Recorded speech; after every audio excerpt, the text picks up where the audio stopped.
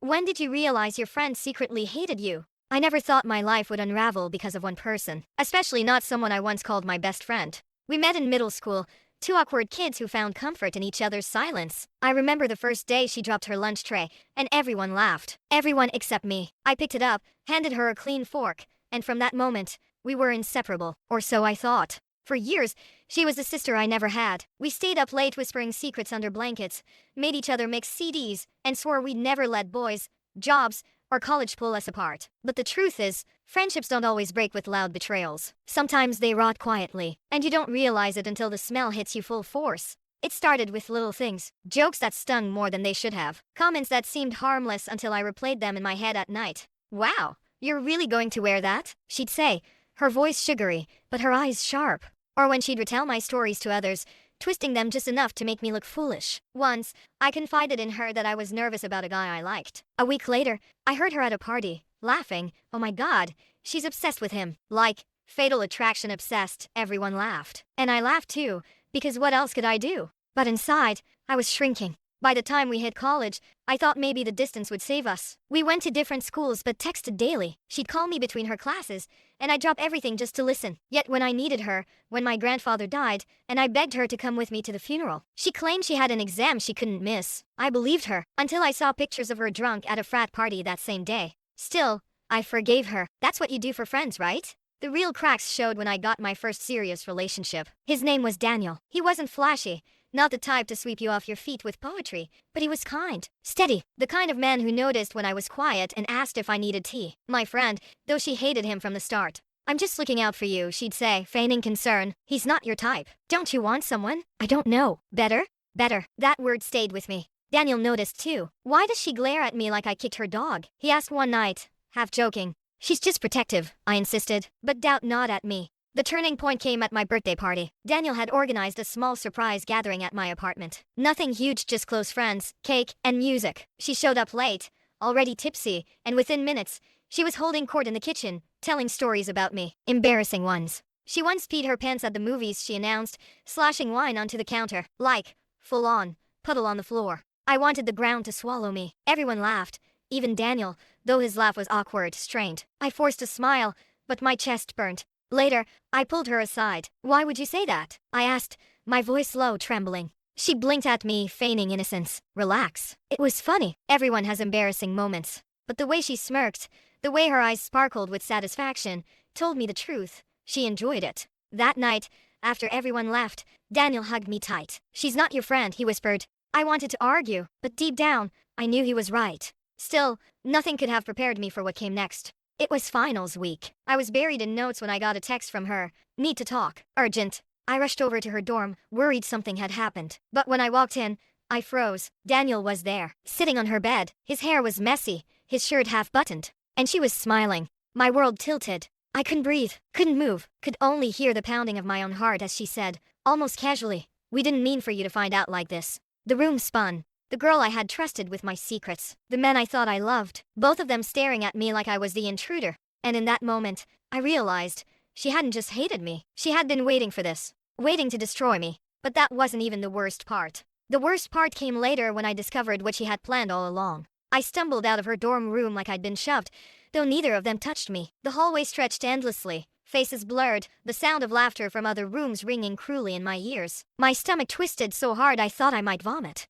Behind me she called, "Don't make this a big deal. Don't make this a big deal." The words burned like acid. By the time I got outside, it was raining. Hard cold, punishing drops that plastered my hair to my face and soaked through my sweater. I walked back to my dorm in a daze, my body moving but my mind stuck in that room, replaying every second. The smirk on her lips, the guilty or was it relieved? Look in his eyes. When I reached my room, I collapsed onto the bed and screamed into my pillow until my throat was raw. I didn't leave my dorm for 3 days. Skipped classes, ignored calls, ignored the pounding on my door when she showed up. I couldn't face her, couldn't face him. On the 4th day, Daniel texted me, "We need to talk." I stared at the screen until the letters blurred. Finally, I wrote back, "There's nothing to talk about." But he wouldn't give up. Messages poured in. It was a mistake. It only happened once. She came on to me. "I love you. Please don't throw us away." Each one was like a knife, because some part of me wanted to believe him, to believe that my best friend had tricked him, seduced him, cornered him, that he was still mine, that our late-night talks and shared coffees weren't lies.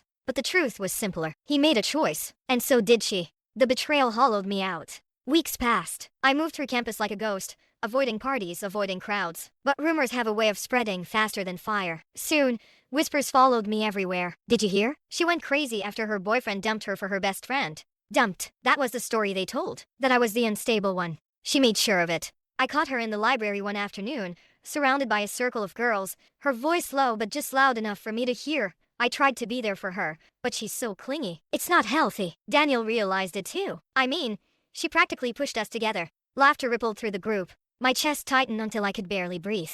I wanted to confront her, to scream, to rip the lies out of her mouth. But when I opened mine, nothing came, just silence. That night, I got an email from one of my professors. Your friend mentioned you've been struggling mentally. I'm here if you need to talk. My friend. She was poisoning me quietly, drop by drop, until everyone saw me as unstable. And the terrifying thing was, it was working. I started doubting my own memories. Had I been too clingy? Too controlling? Did I push Daniel away without realizing it? Was she just filling the void I created? Those questions ate at me until I barely recognized myself. And then came the party. I hadn't planned on going, but another friend, one of the few who hadn't turned on me yet, begged me to. You need to show your face, she said. Prove you're not hiding. So I went, put on a dress, forced a smile, pretended I wasn't shaking inside. The moment I walked in, I saw them, together, her hand in his, their bodies pressed close, laughing with the same group that used to be mine. The music thumped through the floor, lights flashed, and suddenly, I was drowning in rage. Before I could stop myself, I was crossing the room. My voice cut through the noise, sharp and trembling. How could you? The music didn't stop. The crowd didn't part. But people turned curious watching. She tilted her head, her smile wide and practiced. Oh, sweetheart, are you still upset? Sweetheart. Mocking. Cruel. Daniel's face twisted. This isn't the place. No, I said, louder now. The place was my birthday. The place was her dorm. The place was every second you lied to me. A hush fell over the room. For a heartbeat, it was just us three, caught in the ugly truth. Then she leaned in, her lips brushing my ear. Her whisper a blade. Careful. People already think you're crazy. Keep this up, and they'll believe it. I pulled back, searching her face, and for the first time, I saw it clearly. Not guilt, not regret, just satisfaction. She wanted me to break, and I was breaking. I left the party shaking, the eyes of everyone burning into my back. My so-called friend had taken my boyfriend, my reputation, my sanity. But I didn't know then, she wasn't done yet. What she did next would push me to the edge of something darker than heartbreak. Sleep stopped coming. I'd lie awake in the dark, staring at the ceiling, my chest tight, waiting for the next blow. Not from her fist, but from her mouth. Every day she found a new way to twist a knife. First, it was Daniel. Then it was the rumors. And then, it became my grades. I logged into the student portal one morning and saw that an essay I'd turned in weeks earlier had been flagged for plagiarism. I'd spent nights writing that paper, triple-checking my sources. My professor said a concerned peer had reported me. He couldn't tell me who, but I already knew. I begged him to believe me. Check the drafts on my laptop. I can prove I wrote it. He sighed, gave me a sympathetic smile, and said he'd consider it. But sympathy doesn't erase suspicion. Walking across campus felt different after that. People glanced at me, whispers trailing behind like shadows. Not only was I the crazy girl who lost her boyfriend to her best friend, I was now a cheater too. It was all her. I could feel her fingerprints on every bad thing happening. And yet, she still smiled at me in passing, still waved across the quad like we were friends. That was the worst part, her performance. One afternoon, she cornered me outside the cafeteria. Hey, she said, "All honey, I heard about the plagiarism thing. That sucks. But you know, sometimes our stress makes us do things we normally wouldn't." Her hand brushed my arm. Gentle, sisterly, a performance for the people walking by. I yanked away. Why are you doing this to me? Her smile didn't falter, but her eyes narrowed. Doing what? I've always been here for you. Maybe you're just imagining things. Gaslighting. Pure deliberate. I wanted to scream, but I couldn't, not with a dozen eyes watching. So I swallowed it. Again. But then came the day I found the proof. It was late. The library almost empty. I'd gone to the computer lab because my laptop was acting up. Logged in. Pulled up my files. And there it was, an essay under my name. Submitted at the exact same time as mine. Word for word identical. Except, she'd left the document saved on the desktop under her own login. She'd stolen it. She'd set me up. I stared at the screen, my heart hammering. My fingers shook as I copied the file to my flash drive. Finally, evidence. When I turned around, she was standing in the doorway, watching me. For a second, neither of us moved. Just silence and the hum of the computers. Then she smiled. Slow, cold. Find something interesting? She asked. I shoved the flash drive into my pocket. I know what you did. Her laugh was soft, almost musical. Oh, sweetheart, you think you know, but no one's going to believe you. They already think you're unraveling, and if you try to fight me, I'll make sure you really do. Her words slithered into me, wrapping tight. I stormed past her, clutching the flash drive like it was a lifeline. My chest was on fire. For the first time, I didn't feel just betrayed. I felt hunted. That night, I sat at my desk, staring at the evidence. I could send it to my professor, clear my name. But her voice echoed in my head. They already think you're unraveling. And what if she was right? What if this just looked like more desperation? What if she'd already planted seeds to discredit me further? I couldn't decide, couldn't trust my own judgment. That's what she wanted me doubting myself so much I wouldn't fight back. Then, around midnight, my phone buzzed. A text from an unknown number. You should watch your back. My skin went cold. Another buzz. A photo. Me, leaving the library earlier, my face pale, eyes wide, clutching my bag like it held gold. I dropped the phone, my breath coming in short, sharp bursts. It couldn't be her, could it? But deep down, I knew. This wasn't about Daniel anymore, or even about making me look foolish. She wanted to destroy me completely. And she was watching, always watching. I thought about going to the police, but what would I say? That my ex-best friend was jealous enough to ruin my life? That she was sending anonymous threats? They'd laugh. Or worse, they'd pity me. The next morning, I went to class like normal, pretending nothing was wrong, pretending I wasn't crumbling inside. She sat 3 rows behind me, laughing with someone, her voice bright and effortless. But when I turned my head, just slightly, I caught her staring. Not smiling, not mocking, just staring. And in that look, I finally saw it clearly, pure hatred. The kind you don't come back from. That was the moment I realized my best friend didn't just want to hurt me, she wanted to erase me. And I had no idea how far she'd go. The nightmares started soon after. I'd wake up drenched in sweat, heart pounding, convinced she was standing over me with that same cold smile. Sometimes I swore I heard her whispering my name in the dark, even though I was alone. Every corner of campus felt unsafe. The dining hall, the library, even my own dorm room. I started checking locks obsessively, pulling my curtains shut, jumping at every unexpected sound. And still, the text came. Sloppy work on your essay. He told me you cry in your sleep. You'll never win. Each one from a different number. I blocked them, but new ones always appeared. I showed the messages to Daniel once, in a moment of weakness. Part of me still wanted him to see what she was doing. Still wanted him to defend me, even after everything. But he just shook his head. You need help, he said quietly, like I was fragile glass about to shatter. You don't believe me? My voice cracked. He hesitated, and in that hesitation, I had my answer. No, I whispered, stepping back. You're with her, aren't you? He didn't deny it.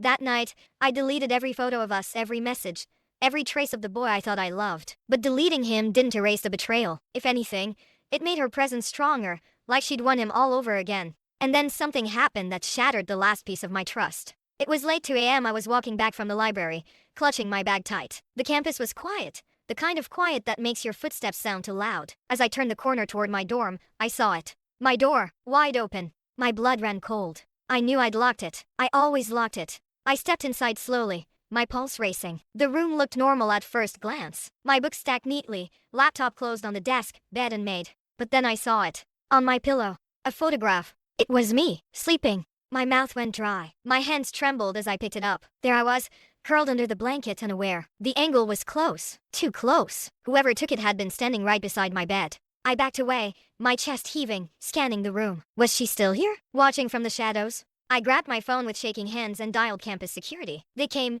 checked everything, but found nothing. No signs of forced entry, no one lurking nearby. They told me to get some rest and suggested maybe I'd left the door open myself. But I knew. She had been here. The next morning, I tried to confront her. Found her outside the coffee shop, laughing with a group. I shoved the photo in her face. This was in my room. She tilted her head, her smile never faltering. Creepy. Who'd do something like that? You. I snapped. It was you. Gasps rippled through the group. She feigned hurt, her hand on her chest. Wow, you really think I'd sneak into your room? That's disturbing. They all looked at me, not her. Me, like I was the unstable one, like I was the threat. I stormed off, clutching the photo so hard it bent. That night, I couldn't stay in my dorm. I packed a bag and went to crash on a classmate's couch. But even there, sleep wouldn't come. I kept replaying her face, the way she'd looked almost triumphant when I accused her. Like this was her game. Like she was winning. The next day, my professor emailed me again. He said another essay of mine was under review, that I might face suspension if it kept happening.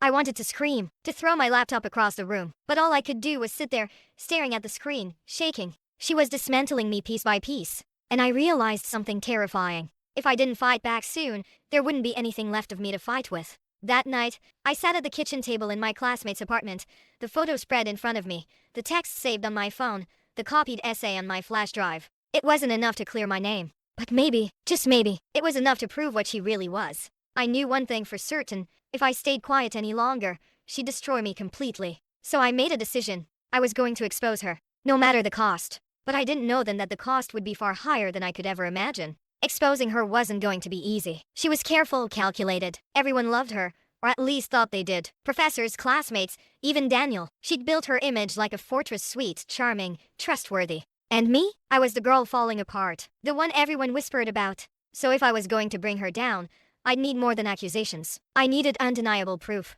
I started with the texts. I compiled every threatening message, every number, and showed them to my classmate Jenna, the one whose couch I'd been sleeping on. Jenna scrolled through them, frowning. "These could be anyone," she said carefully. "But they're her," I insisted. "Look at the timing. Look at the way she writes. The words she uses. Who else would know these things?" Jenna bit her lip, uneasy. "I believe you. I do. But proving it, that's another story." Proving it, that was the impossible part. The next week, I skipped classes and spent hours in the library computer lab, digging through her digital trail. I knew her passwords. She used to give them to me back when we were inseparable. I tried them on everything I could think of. And one night, one worked. Her old email account. The inbox was mostly junk, but the drafts folder, that's where I found gold. Messages half written, unsent, but unmistakably hers. "She'll never survive this. Not when everyone thinks she's insane." He was mine from the start. She just didn't realize it. Maybe I'll send her one more picture tonight. The fear looks good on her. My stomach dropped as I read. My hands shook so violently I almost dropped the mouse.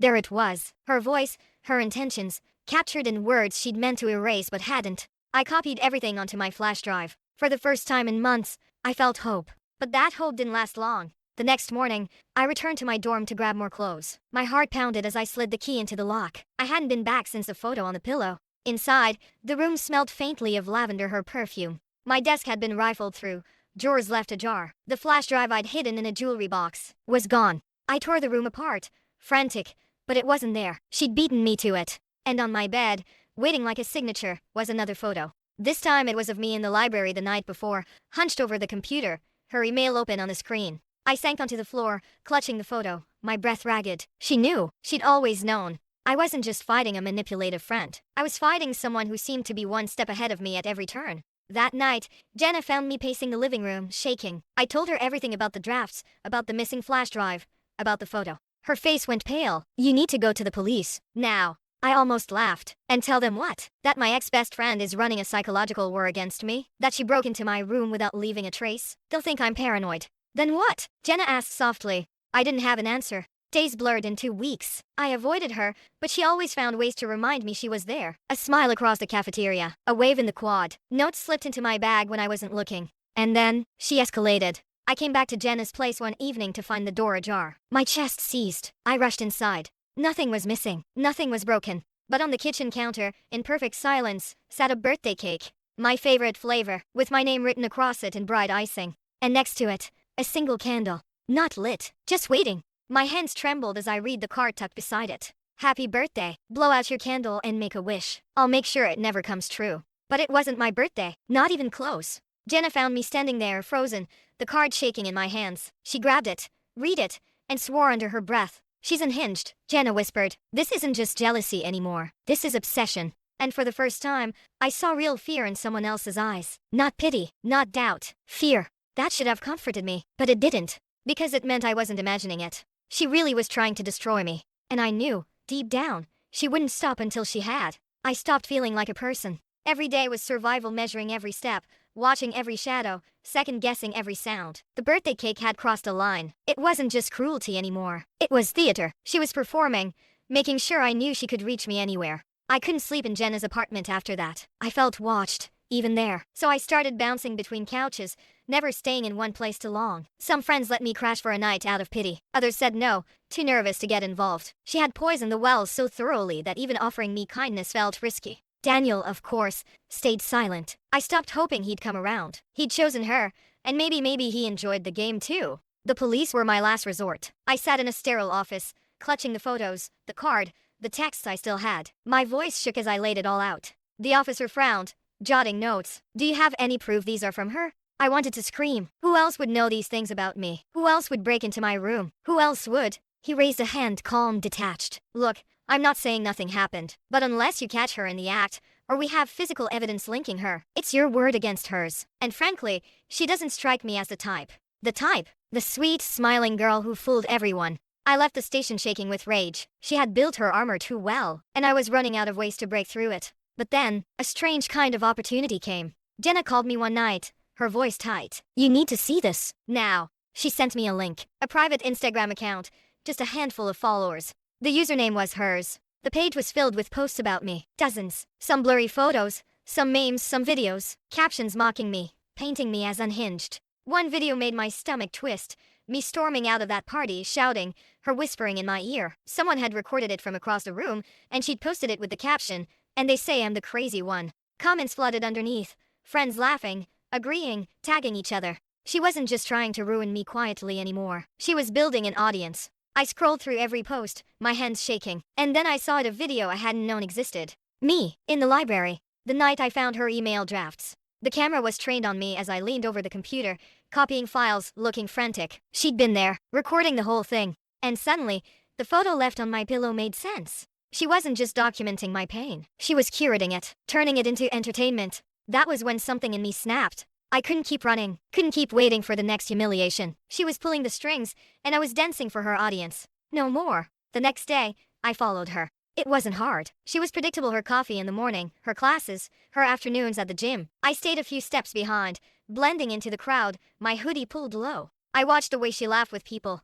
the way she leaned in close, the way she performed kindness, and all I could think was how easy it would be to let everyone see the truth. I had my phone. I could record her, confront her in public, force her to show her real face. But when the moment came, when I saw her sitting alone on a bench scrolling through her phone, I froze. What if I confronted her and she just smiled, denied everything, turned it back on me like always? What if I lost again? I stood there trembling, hidden behind a tree, my phone in my hand. And then she looked up. Her eyes locked on mine instantly, like she'd known I was there the whole time. And she smiled. Slow, knowing. I stumbled back, my phone slipping from my fingers. She stood, stretching casually, and walked away, no rush, no fear, just victory. Because she had seen me watching, and now she had one more story to tell. That night, another text came. You'll never beat me, but I love watching you try. I dropped the phone, my hands covering my face. I wanted to scream, to break something, to crawl out of my own skin. She wasn't just destroying me anymore. She was enjoying it. And I realized the only way to end this was to play her game.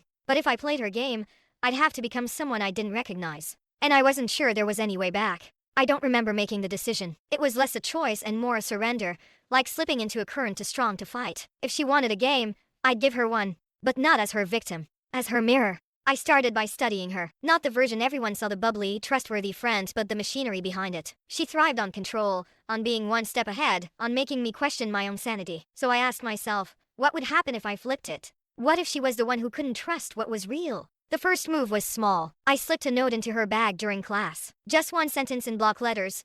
I know what you did. By the end of the day, I saw her fingers twitching, rifling through her things, eyes darting to me like she was trying to gauge how much I knew. She didn't smile that day, not once. It was intoxicating. Next, I created a fake account on Instagram. No followers, no posts, just a name she didn't recognize. I started sending her messages at night. Random words, phrases, a photo of her own dorm building, taken from the street below. She responded once, "Who is this?" I didn't answer. Within days, I overheard her telling Daniel she thought someone was stalking her. Her voice trembled just enough to make me grin into my sleeve. For the first time, she was rattled. But she was also dangerous. Because when she was cornered, she fought back harder. The following week, I woke up to find my social media hacked. Posts I hadn't written appeared on my page, desperate, embarrassing rants about loneliness and jealousy, messages to random guys, screenshots of private conversations twisted out of context. People believed it. Of course they did. I spent hours deleting, locking accounts, trying to salvage what little dignity I had left. And all the while, she posted sunny selfies with Daniel, smiling like the world was perfect. I wanted to break something, break her. But instead, I waited. Patience became my weapon. I knew she couldn't resist bragging, couldn't resist leaving breadcrumbs. So I watched. Every move, every post, every detail. And then one night, I got it. She uploaded a story, her and Daniel at a party, music blasting, her drink raised high. Behind them, on the table, sat my flash drive, the one she'd stolen from my dorm. She hadn't even noticed. She thought it was just some random USB in the clutter. but I recognized it instantly. Proof. My hands shook as I screen recorded the story. Then I made a plan. The next morning, I showed up at the party house before classes, when the place was still quiet, stale beer thick in the air. I slipped inside easy, the door was never locked, and found the table from the video. And there it was, my flash drive. I grabbed it and ran, my chest heaving with victory. Back at Jenna's apartment, I plugged it in. All the files were still there. The drafts, the screenshots, the photos she'd left on my pillow. Evidence undeniable, with her fingerprints all over it. Finally, I had her. Or at least, I thought I did. Because that night, she struck again. I returned to Jenna's to find the door wide open, the apartment trashed, furniture overturned, books scattered, dishes smashed on the floor. My stomach dropped. Jenna was gone. I called her a dozen times, no answer. Texts bounced. Panic clawed at me. And then my phone buzzed. A message. From her. A photo. Jenna, tied to a chair. A strip of duct tape over her mouth. Eyes wide with terror. Beneath it, a caption. You wanted to play. Now it's my turn. My hands went numb, the phone nearly slipping from my grip. This wasn't about mind games anymore. This was real. And for the first time, I realized she didn't just hate me. She was willing to destroy anyone who stood beside me. Even Jenna. I couldn't breathe when I saw that photo. My vision tunneled, black spots dancing at the edges. Jenna's terrified eyes stared back at me, silently begging for help. My fingers shook so violently I almost dropped the phone. I dialed 911. My voice cracked as I told the dispatcher what happened, begged them to send someone. They promised an officer would check Jenna's apartment. 10 agonizing minutes later, my phone buzzed again. Another photo. Jenna still bound to the chair, but now a knife pressed against her cheek. The caption, "Cops won't save her. Only you can." I felt the blood drain from my face. Moments later, the police called me back. They checked Jenna's apartment. Empty. No signs of struggle. No Jenna. She'd been moved. And now it was on me. Another message came through. An address. An abandoned warehouse just off campus. Come alone. Bring the flash drive, or she bleeds. I should have told the cops. I should have forwarded the message. Begged them to storm the warehouse. But I knew how it would go. They'd hesitate. Ask questions. By the time they moved, Jenna could be dead. So I went. The warehouse loomed at the edge of town, its broken windows staring like hollow eyes. My heart hammered as I crept inside, clutching the flash drive in my fist. It smelled of rust and damp concrete. My footsteps echoed, every sound amplified in the cavernous space. And then I saw her. Jenna, tied to a chair under a single dangling light bulb, duct tape over her mouth, tears streaking her face. And standing behind her was my best friend. No, not my friend. Not anymore. Her smile was wide, electric, eyes gleaming with something unhinged. Took you long enough, she said, her voice echoing in the emptiness. My breath came in sharp, shallow bursts. Let her go. She tilted her head. You brought it. I held up the flash drive. My hands trembled, but my voice was steady. Yes, now untie her. She laughed, the sound sharp and jagged. You still don't get it, do you? This was never about the drive. It was never about Daniel. It's about you. Me? My voice cracked. She stepped closer, her eyes locked on mine. I've been in your shadow since we were kids. Everyone loved you, the sweet one, the loyal one, the perfect best friend. Even when you screwed up, people forgave you. But me? I was just your sidekick, your accessory, never enough on my own. Her words cut deeper than any knife. I wanted to see how far you'd fall when I took everything from you, she whispered. And guess what? You fell beautifully. My throat closed. So this is revenge? No, her smile widened. This is liberation. For me, and destruction for you. I swallowed hard, forcing strength into my voice. If you hurt Jenna, you'll never get away with it. Her eyes glittered. Who will believe you? You're already the crazy one. And if Jenna disappears, well, people will just assume you finally snapped. The room spun. She had thought of everything. But she hadn't counted on one thing, me being done with fear. I took a step forward, clutching the flash drive like a weapon. You want me? Fine, but leave her out of this. For the first time, her smile faltered. A flicker of uncertainty crossed her face. And in that moment, Jenna moved. She kicked her chair back, hard, knocking my ex-friend off balance. The knife clattered to the floor, the sound ringing through the warehouse. I lunged forward, adrenaline surging. My hand closed over the knife first, and I pointed it at her. She froze, her chest heaving, eyes wide. For the first time, I saw fear. Real fear. Untie her, I said, my voice low, steady, foreign even to me. She didn't move. I pressed the blade closer. Now. Her hands shook as she ripped the duct tape from Jenna's mouth and cut the ropes from her wrists. Jenna scrambled free, rushing to my side, her sobs muffled against my shoulder. I kept the knife steady, my pulse roaring in my ears. You're done, I whispered. And then the sound of sirens split the air. Red and blue lights flashed through the broken windows. The cops swarmed in seconds later, shouting, guns raised. They took the knife from me, pulled Jenna away, pinned her to the ground as she screamed my name. Her eyes burned into mine as they dragged her out. You'll never be free of me, she howled. and part of me believed her. They arrested her that night, hauled her out of the warehouse kicking and spitting, her voice echoing against the metal walls as she screamed my name like a curse. Jenna clung to me, shaking so hard I could feel her bones. At the station, we gave our statements separately. I laid everything out, the texts, the photos, the stolen flash drive. I handed it over, my fingers trembling as I passed it to the detective. He plugged it into a computer, scrolled through the files, and his expression shifted. First confusion, then disbelief. Finally, anger. "You're telling me she wrote these?" he asked. "Yes," I whispered. "Every word." Jenna backed me up, explaining how she'd seen the Instagram account, how she'd been taken from the apartment. With her testimony, with the physical evidence, it finally felt like the walls of lies she'd built were cracking. But she wasn't finished. Even in custody, she found ways to poison the air. She told the cops I'd orchestrated everything, that I'd tied up Jenna myself to frame her, that I'd hacked her accounts to plant the messages. And some of them believed her. I saw it in their eyes, the hesitation, the flickers of doubt. She'd spun her story so well for so long that even as the handcuffs clinked around her wrists, she still held power. The trial was set for 3 months later. 3 months of waiting, of waking up drenched in sweat, dreaming she was standing at the foot of my bed. 3 months of walking across campus with people whispering,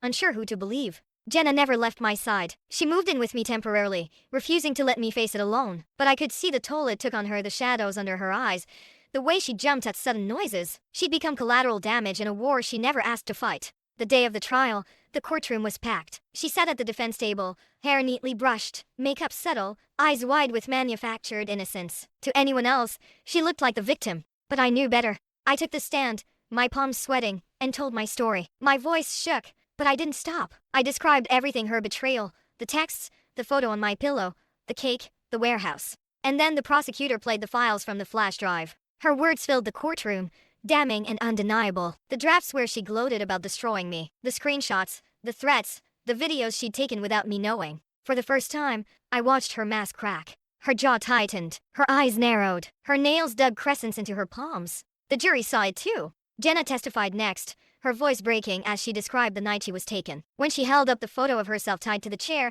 you could feel the shift in the room. By the end of the week, the verdict was clear. Guilty. On all counts. I should have felt relief, closure, justice. But when they led her away in shackles, she turned her head and found me in the crowd. And she smiled. Not broken, not defeated, triumphant. Like she'd won something I didn't understand yet. That night, I couldn't sleep. I kept replaying that smile, that final look. And then my phone buzzed. An unknown number. My blood froze. This isn't over. I dropped the phone, my body shaking. It couldn't be her. She was in prison. She didn't have access. But someone else did. Someone was still playing her game. And suddenly I realized the most terrifying truth of all. It was never just her. She had others. And I had no idea how many. The message haunted me. This isn't over. I stared at those words for hours, the glow of the phone burning into my eyes. She was locked up. She couldn't have sent it. But the phrasing, the venom, it was her voice. I could hear it as clearly as if she were whispering in my ear. For days, I jumped at every vibration, every buzz. More texts came from different numbers,